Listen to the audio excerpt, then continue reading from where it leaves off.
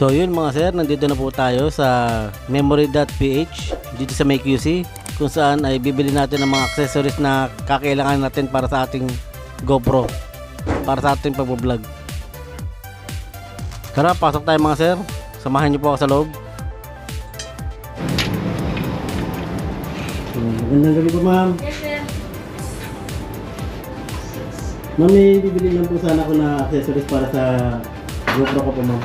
Sige sir. Anong kailangan mo sir? Yung sa ano sana, mic niya. Ano po ba may advice ko po ma'am? Sa mic sir, baka mas maganda pag Purple Panda. Kasi si Purple Panda set na yan. Kung gusto mo ng maikli tsaka mahaba, meron na din. TRS tsaka TTRS meron. Tsaka ang kagandahan kasi ni Purple Panda, may noise cancellation siya.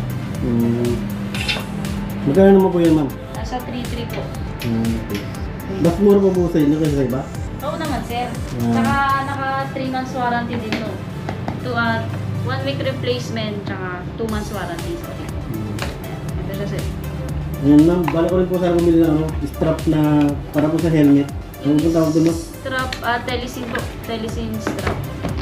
Ay, isa rin po yun para sa ano? Dito pala. Ayan. Ayan siya. Telesin strap. Yan na po ba yung pinakamaganda nyo ma'am? Oo sir. Version 2 na to sir eh. Yung version 1 kasi, ito. Ito. Ito ang version 1 na tinatawag namin. Telesin strap.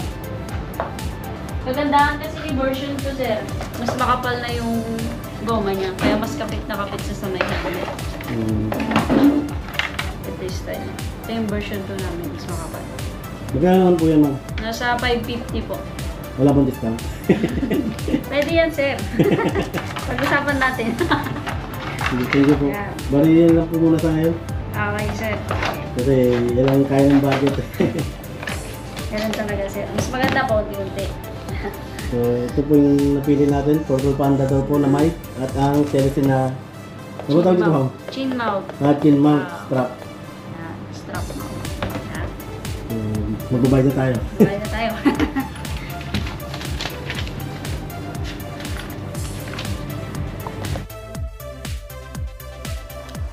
Habang ako ay nagbabiyahe pabalik ng Tondo, bigla naman akong inabutan ng malakas na ulan.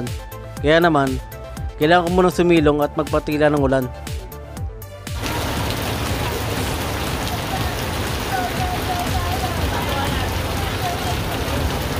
Talaga nga naman, nabot pa ng ulan. Hindi pa nakauwi.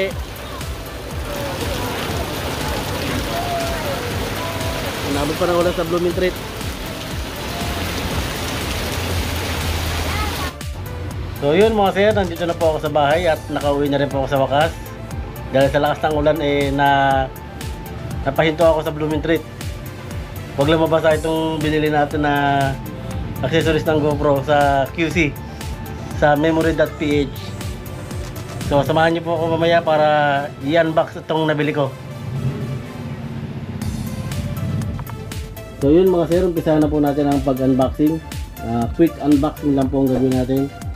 Unahin po muna natin ang Purple Panda mic na binili ko po sa QC sa memory.ph, isa sa kilala na store pagdating sa mga accessories ng GoPro.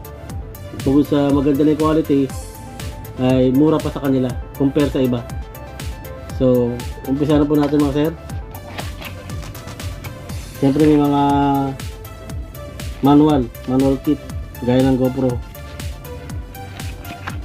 mga quick guide. At mayroong maliit na pouch para sa mic.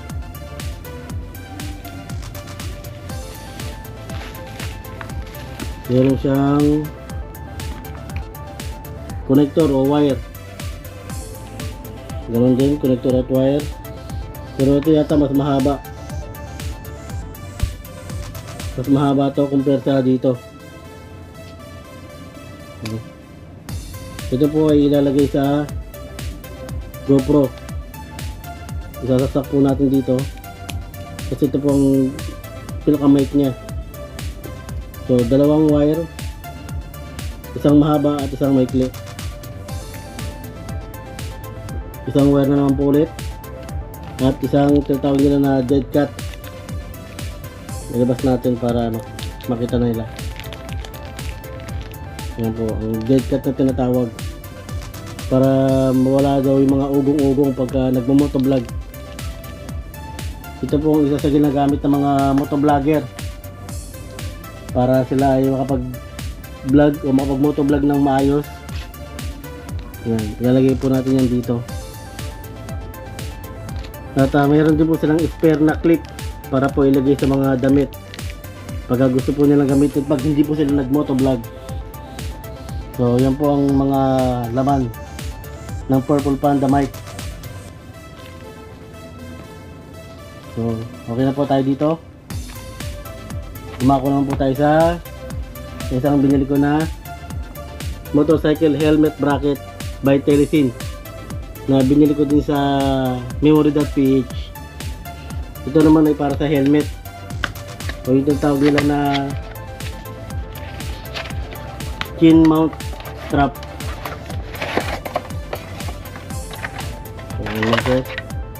Chin mount strap. Ganun din po, mayroon siyang bracket para sa GoPro. Saka na lang natin siya ayusin. So, ito na po yung tatawag nila na version 2 ng chin mount strap. Yung version 1 kulay blue, mas maganda daw yung kapit nito sa helmet. So, kung bibili kayo, sabihin niyo po sa store na ang ibigay sa inyo ay yung version 2. Mas maganda raw yung strap nito, mas makapal compare sa version 1. So, yun po.